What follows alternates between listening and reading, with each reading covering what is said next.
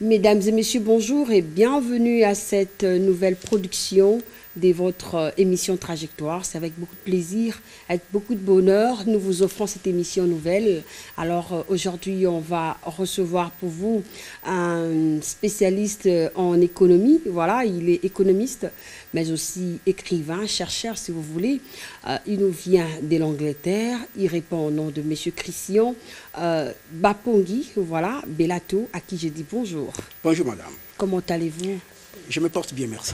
Ah d'accord. Avec lui, fidèles téléspectateurs, nous allons discuter sur, n'est-ce pas, sa trajectoire, mais également sur ses concrétisations sur le plan économique, mais également sur le plan de l'écriture, parce qu'il a écrit sur Kimbangu. Alors son ouvrage, c'est Mabombami ya Kimbangu. Voilà, c'est avec cet ouvrage que nous allons, n'est-ce pas, discuter, parce que bon, vous êtes sans ignorer que le 6 avril a été décrété férié. Alors à cette occasion, il a aussi exposé dans un salon du livre et de la culture africaine. Voilà pourquoi nous l'avons, n'est-ce pas, invité ici sous cette antenne. Voilà. Comment se passe déjà votre séjour à Kinshasa?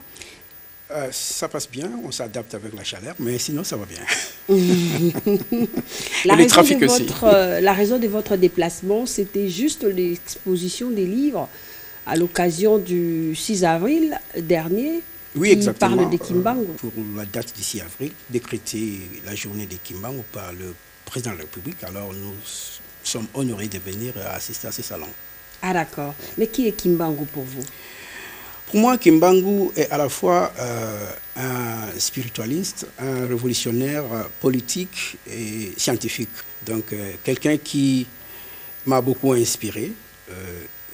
Étant et non kimbanguiste, je ne suis pas kimbanguiste, okay, mais j'ai été beaucoup inspiré par son travail et puis durant mes recherches, j'ai commencé à découvrir beaucoup de choses de Kimbangu. Charismatique et puis, je dirais, très philosophique à la fois. Quand est-ce que vous avez découvert le vrai Kimbangu, c'est-à-dire l'histoire de Kimbangu, qui vous a poussé, n'est-ce pas, ou alors qui vous a stimulé de pouvoir écrire sur lui? Étrangement, personne. Ça a commencé au moment où j'écrivais surtout aux politiciens britanniques concernant leur silence sur la situation de la République démocratique du Congo, surtout à l'est du pays. À un certain moment, selon leurs réponses, j'ai vite compris leur position et puis je me suis dit, écoutez, je vais changer le démarche de mon combat. Okay. Et c'est à partir de là, je commence à me questionner qui ont combattu avant nous au Congo. Donc le nom de Kimbangu était à la tête, il y a Patrice Lumumba, mais c'était beaucoup plus politique.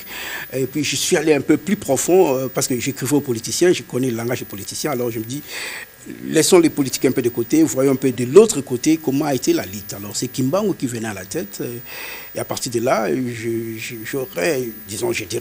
j'avais comme des inspirations, des choses comme ça. Mais je n'étais pas en contact avec aucun kimbanguiste à l'époque. Okay. Non. Le goût de la recherche vous a amené à l'église kimbanguiste, mais finalement, est-ce que vous avez eu à consulter les kimbanguistes justement pour avoir la vraie histoire, non seulement sur Internet, soit sur des recherches? Bon, j'ai connu... Sur les concrets, en fait. J'ai connu certaines révélations de Kimbangu, c'est avec lui-même, c'est dans le sens d'une inspiration. Okay. Étant non kimbanguiste, j'avais des doutes. Je pense que c'était peut-être une aventure de ma propre intelligence qui joue avec ma mémoire. Alors, des fois, je dis, il faut que je trouve les kimbanguistes pour vérifier si ce que j'ai comme expérience, c'est vrai ou faux. Alors, c'était, je pense, en 2010 que j'ai commencé à recevoir ces informations. Et comme ça venait de temps à autre, j'ai commencé à écrire ça. Mais je n'avais pas de kimbanguistes à mon entourage. Alors, j'ai cherché, par ailleurs, j'ai trouvé des kimbanguistes que je demandais des questions, mais ils étaient trop discrets, ils ne disaient rien. Ah, d'accord. Peut-être qu'ils n'ont pas la permission de le dire, je ne sais pas. Et puis, ils m'ont invité, ils disent, écoutez, il y a... Là, c'est au niveau de l'Europe, il faut... Au niveau de l'Europe, oui. Ah, d'accord. Ils me disaient qu'il y avait quelque chose qui s'était organisé en Kamba, si je pouvais aller, et puis demander des informations. Alors là, j'écrivais déjà mon livre et il restait une affaire. Ça, le premier parti du livre. Okay. Il me restait 3 ou 4 pages pour terminer cette chapitre. Alors il me disait il faut aller en Kamba et il y a des gens qui peuvent vous aider. Alors moi je croyais que j'irais en Kamba, questionner des personnages et puis avoir des informations. Je me suis organisé, je suis parti en Kamba de l'Angleterre, je suis venu à Kinshasa et puis aller en Kamba. C'était en quelle année comme ça? C'était en 2014. Okay. C'est 4 ans après avoir commencé à écrire déjà le livre. Okay. Alors quand je suis arrivé là-bas, personne ne me répondait à mes questions. Vous êtes retourné à la source? Oui. Alors qu'il y a eu du silence? Il y a eu du silence. C'est un peu mystérieux dans le sens que personne m'a répondu, mais j'ai trouvé des réponses. Ok. Comment ça? Expliquez-nous. Bon, quand j'écrivais, d'abord Kimbangu me parlait de chiffre 9. Je ne comprenais pas. Chiffre 9, pourquoi? Il m'a dit parce que tes cheveux est crépi. Donc le cheveu crépi, c'est le signe de 9. J'ai dit, mais pourquoi pas 6? Il dit non, mais vous avez la racine se trouve sur votre peau, le port de peau, et puis ça monte, ça tourne. Donc la tête est en haut là, et puis la queue en bas. Ça ne peut pas être 6 parce que 6 c'est la tête en bas et la racine en haut, donc il n'y a pas de sens. Donc c'est le 9. J'ai dit bon, j'ai compris. Et pourquoi 9? Il commence à me dire beaucoup de choses. Il me parle de son voyage triangulaire. Depuis Nkamba, Kimbangu a été mort à Lubumbashi. Mais il a fait des parcours au long de ses voyages dans des différentes villes et villages. Mais il me disait, consacrons-nous seulement aux grandes villes. Donc il a pris 3 villes, Kinshasa, Kisangani, Lubumbashi. J'ai dit, bon, je vois. Il dit, ne comptez pas des petits villages que je passais en prison par-ci par-là. Donc ça forme un triangle. J'ai dit, bon, je vois, oui, ça forme un triangle. Mais pourquoi tu me montres ça? Il dit, bon, ce triangle, c'est un triangle équilatéral. Je dis, pourquoi? Il dit, parce que tous les côtés sont... D'abord, il m'a demandé, vous connaissez les mathématiques? Moi, je dis, oui, je connais un peu les mathématiques. Mais il dit, mais quel triangle a tous les 3 côtés sont égaux? Moi, je dis, le triangle équilatéral. Il dit, d'accord. Et je demande pourquoi. Il dit, parce que tous les Congolais sont égaux devant Kimbangu. Donc, ce ne sont pas seulement les Kimbanguistes qui ont droit à accès à Kimbangu, tout Congolais a accès au même niveau. Donc, c'est le triangle équilatéral. Et je sais que le triangle équilatéral a 3 angles à 60 degrés chacun. Il m'a dit oui. Et puis, additionner ça, j'ai additionné 60 fois 3 ou bien 60 plus 63 fois, ça fait ça 80. Il m'a dit 1 plus 8 plus 0, ça fait 9. Il me montre un autre 9 qui n'est pas de chevet, mais qui vient de son parcours. Ah d'accord. Alors, j'ai dit, mais pourquoi tout ça? Il dit, tu comprendras que vous êtes le chiffre 9. Parce que la question que moi j'avais en moi, c'était, est-ce que les Congolais se connaissent eux-mêmes? Maintenant, Kimbangu m'explique, oui, vous ne connaissez pas vous-même, vous ne savez même pas que vous êtes le chiffre 9. Vous voyez? Il dit, bon, vous savez qu'au commencement, nos ancêtres connaissaient Dieu. Comme Dieu est un concept qu'on ne peut ni voir, ni expérimenter objectivement, les ancêtres ont créé un concept pour Dieu. C'est-à-dire le cercle pour les ancêtres n'était pas Dieu, mais concept pour Dieu. Raison pour laquelle les constructions à l'époque des cases étaient en fondation circulaire. Mm-hmm. Alors, je dis pourquoi circulaire? Parce que les ancêtres savaient que Dieu n'a ni commencement ni fin, donc ils lui ont donné cette forme en observant les soleils. Bah, écoutez, Monsieur Christian, je crois que je peux, n'est-ce pas, m'arrêter un tout petit peu pour justement vous poser la question, parce que les téléspectateurs nous regardent, ils se disent, attends, vous vous êtes vu comme ça avec Kimbangu, il vous explique, ou c'était comment? Bon, je dirais, c'est en quelque sorte une inspiration, pas le voir physiquement, mais écouter. Vous étiez assise où à Kamba? Bon, de quel côté? Ça ne s'est passé pas en Kamba. Ça, c'est même avant Kamba. Parce que je commençais déjà à écrire avant Kamba. Ok, on n'est pas encore à Kamba. On n'est pas encore. Là, c'était en Europe. En Europe. Ok, vous pouvez me rappeler les lieux? Ça venait partout. Même au travail, des fois, je travaille, je reçois cette inspiration. Je facilite les gens à comprendre. Vous savez, nous rêvons tous la nuit, des fois. Mm-hmm. Mais comment vous voyez la couleur de la voiture alors que vous dormez? Vous avez les yeux fermés, vous dites, bon, il a acheté une voiture jaune ou rouge, mais vos yeux étaient fermés. C'est dans ce sens-là. Okay, des fois, vous dialoguez avec des gens, vous révélez le matin, vous dites des phrases qu'ils disaient, mais alors que vous avez vos oreilles qui étaient en repos. C'est dans ce sens-là que je... On évolue alors. Voilà. Très bien. Arrivé au chiffre 9, après, il a dit quoi? Il a montré les triangles, le chiffre 9. Il dit que vous avez beaucoup plus de 9. Donc, à partir de 0, il m'a dit de diviser le cercle en 4 parties. Et ça me donne 4 angles droits. Quand vous divisez le cercle en diagonale, médiane et diagonale, ça donne 4 parties. Alors ces 4 parties à 4 angles droits. Ok. qui fait 90 degrés, disons 90 selon le belge, fois 4, ça fait 360 degrés. Il me dit 3 plus 6 plus 0, ça vous donne 9 également. Kimbangu m'enseigne le chiffre 9 à partir de 0. Ça, c'est le troisième 9. Ok. Il dit ça, c'est le 9 de Dieu, qui vient de 360 degrés, parce que Dieu n'a ni commencement ni fin. Ok. Mais le 9 de 180 degrés, ça, c'est le 9 de nous, Congolais, le petit Dieu. Ok. Alors, je voyais des chiffres, mais je ne comprenais pas ça dit quoi. Je dis, bon, vous savez, quand on commence à écrire, nos ancêtres écrivaient le mathématique. Ils savaient le mathématique. De 0, 1 jusqu'à 9, 9 est le plus grand chiffre. Dans ma tête, ça vient, c'est comme une... Bon, en fait, c'est comme une monologue, mais c'est un dialogue. Moi, j'entends une voix que je dialogue avec. Oui. Je dis, mais quand l'idée me vient en tête, il répond. Je dis, mais 10, dit non, 10 c'est un nombre, c'est pas un chiffre. 10 c'est un nombre, c'est composé de 1 et 0. Mais on parle des chiffres qui est single, c'est-à-dire unique. Donc, très bien. De 0 à 9, 9 est le plus grand signe. Donc, nous sommes le plus grand être humain. Ah, d'accord. Mais on ne se connaît pas que nous sommes le plus grand. Ah, d'accord. Vous n'avez pas posé la question à votre esprit, pourquoi pas 6? J'ai posé pourquoi pas 6. Et il m'a tout démontré. Vous voyez? Il dit 9, ça vient de Dieu. Et 6 est différent de Dieu. 6, c'est au contraire. Si 9, c'est Dieu, 6, c'est justement l'opposant. Parce qu'il me dit, regardez tous ces chiffres de 0 à 9. Vous verrez, 2 et 5 ne sont pas vraiment opposants. Quand vous mettez 2 devant le miroir, ça vous donne un peu l'impression de 5. Ah, ok. Mais quand vous mettez 9 sur le miroir, ça ne vous donne pas 6. Okay. Ça vous donne un peu. Donc, 6, c'est l'opposé de 9. Alors, il y a les Congolais, ou alors on a toujours l'habitude de dire 6 Mebalouka 9. Comment expliquer ça? Bon, ce sont des idées... mais jamais 9, ça revient à 6, mais seulement 6 peut devenir 9. Pas nécessairement. Moi, je pense que quand on parle de ça, il y a un message caché. Okay. C'est-à-dire, si vous êtes distrait, étant 9, on peut vous rendre à 6. Ah, ok. Et un 6, il est 6, si vous êtes distrait, il peut se dire, je suis 9. On a fait tous ces jets de calcul dans ce livre.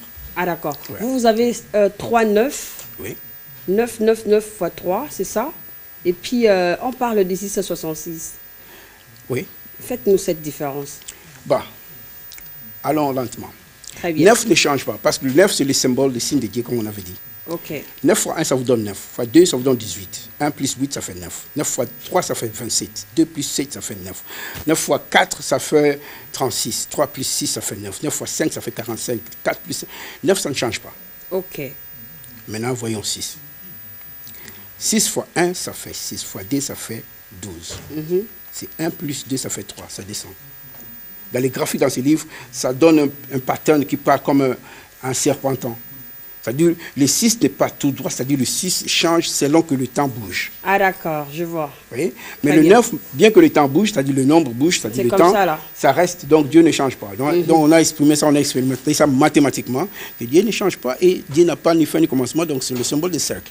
Très bien. Donc la théorie marche. Et c'est quoi l'objectif de cet ouvrage, Mabombami à Kimbangu? Il y a trop de codes à l'intérieur. D'abord, c'est connaître toi-même. Il y a aussi des pyramides. Exactement, parce qu'il y a certaines choses que les gens, dans l'enseignement moderne ou étrangère, nous fait perdre des choses que nous ne devons pas avoir peur. Des fois, ce sont des choses qui nous appartiennent à nous-mêmes. Parce qu'aujourd'hui, il y a beaucoup d'Africains qui pensent que les pyramides doivent être hors de l'Africain et surtout de l'Africain noir. Mais alors que si vous partez dans toutes les pyramides, vous verrez des images qui sont là. Ce sont les images de noirs, avec de lèvres, de nez des noirs. Okay. Même des cheveux des noirs. Moi, je ne peux pas comprendre qu'un Chinois qui reste en Chine, il n'a jamais vu un noir, il peut dessiner un noir. Il ne dessinera qu'un Chinois. Alors comment expliquer des gens qui ne sont pas noirs doivent faire des pyramides avec de figures noires? Pourquoi ils n'ont pas mis leur propre figure? Question à répondre à chacun, c'est une question rhétorique, mais moi, j'ai ma réponse. Ah, d'accord. Et c'est quoi l'objectif dans ces livres? L'objectif, c'est la conscience. C'est la conscience. Okay. Le peuple congolais doit prendre conscience de sa spiritualité, de sa culture, être fier de ce qu'il est, être fier de ce qu'il a, et il peut développer son pays, son être, sa philosophie, pas nécessairement en copiant les autres, mais en s'adaptant avec son histoire, sa culture, sa philosophie, le mathématique d'ailleurs, et puis même notre croyance à nous. Très bien. Vous voyez?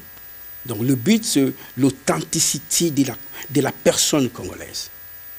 Être fier de ce que nous sommes. Pourquoi je dois porter des cheveux synthétiques qui n'est pas mes cheveux, alors que mes cheveux, c'est neuf. Mes cheveux ont une inspiration, a un côté spirituel.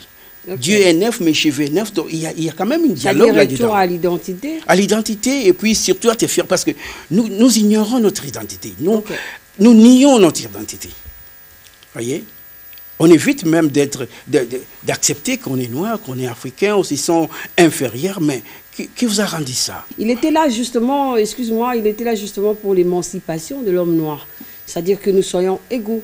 Moi, je pense que c'est une métaphore.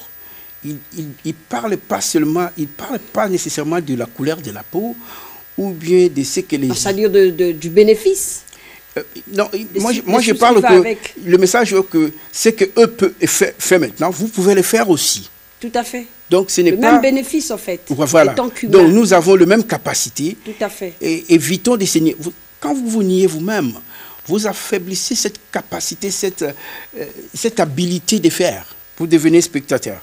Donc je pense que Moki Mbangu disait ça dans le sens de la prise de conscience des Congolais que il ne faut pas trop envier les autres. Vous avez les capacités de devenir ces autres que vous pensez qu'il est autre.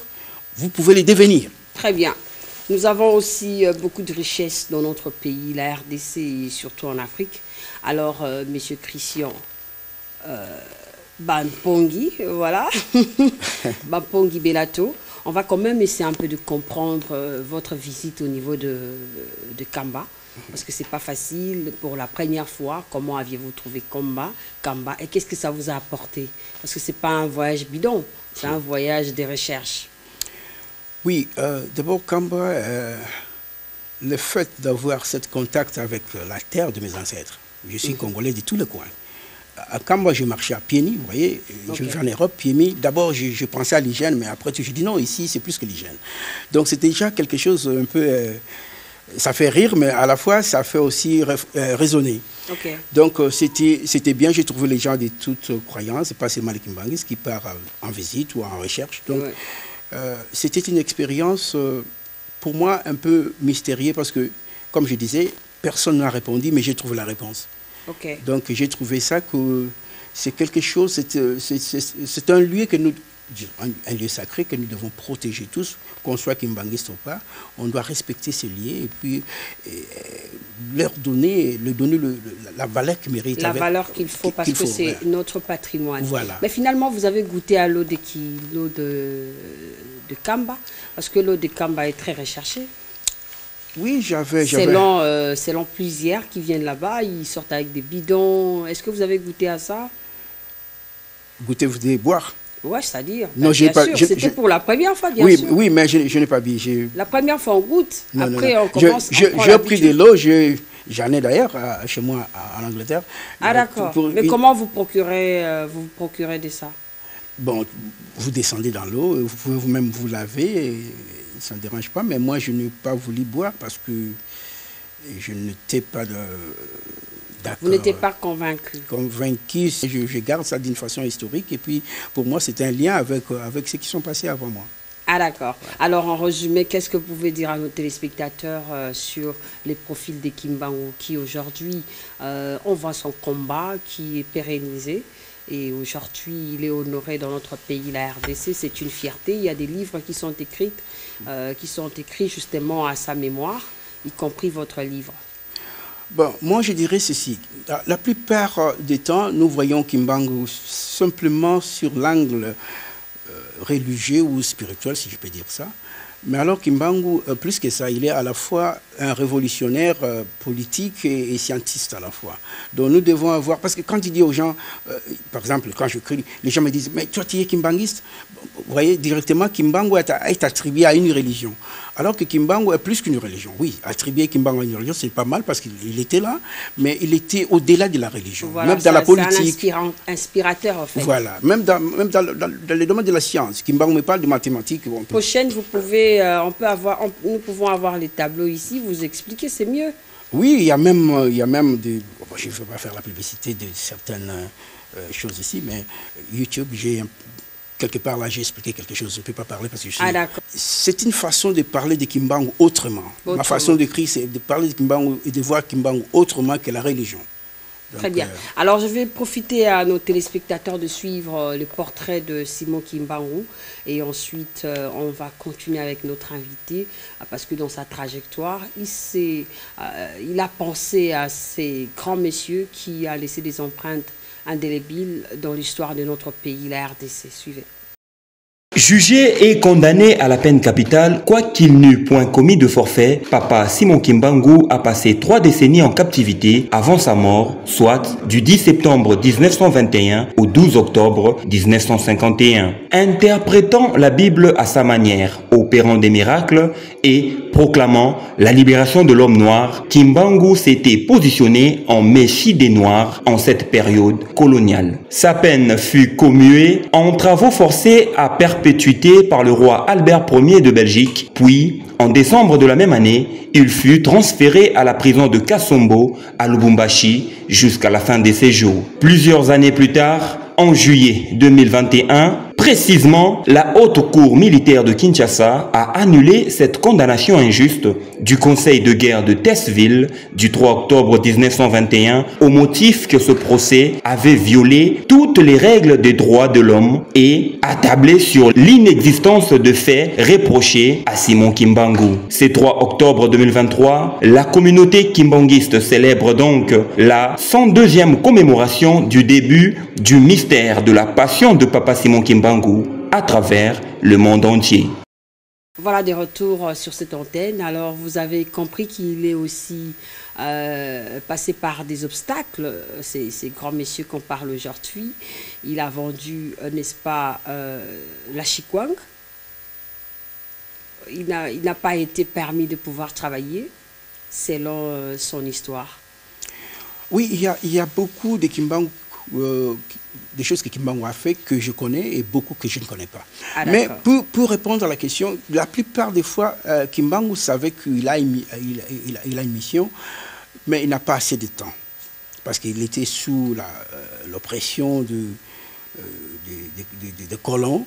Alors des fois, il faisait certaines choses que les ordinaires pensaient qu'il faisait ça pour se montrer un miracle ou quoi, mais en même temps, c'était des messages codés que Kimbangu faisait. Par exemple, lorsque les gens disent qu'il y avait un policier qui lui a arraché du poisson, des choses comme ça, le monsieur, quand il partait, on l'appelait Papa Nfunfu, quand il partait chez lui à la maison, chaque fois qu'il mange même du légume, ça a le même goût du poisson. Donc, mais qu'est-ce que cela veut dire pour nous aujourd'hui? C'est-à-dire arracher quelque chose, et Kimbangu disait à ce monsieur, non, donne-moi ce poisson, j'ai amené ça pour mes enfants.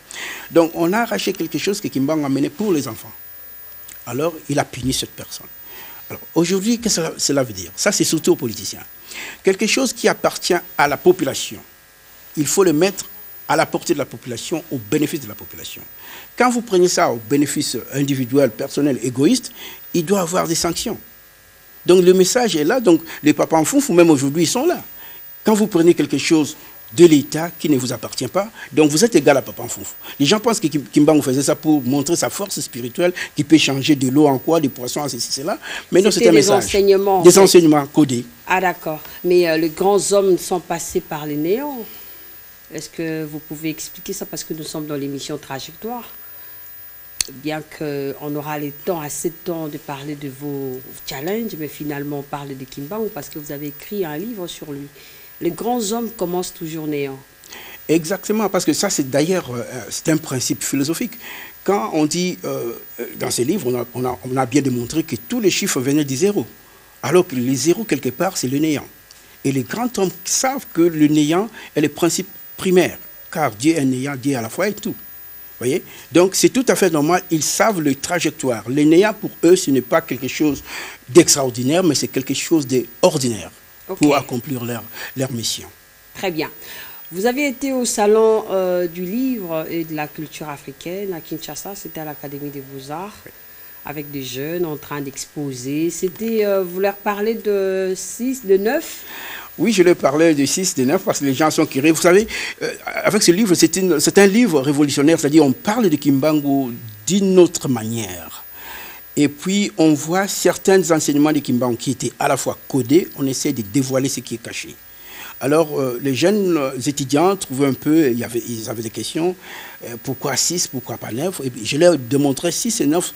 Par distraction, on peut vous dire 6 est un peu 9, mais quand vous allez dans les analyses, je peux dire, très approfondies, vous verrez que le 6, même s'il a triché de devenir 9, mais à la fin, vous allez le détecter qu'il était 6, mais pas 9.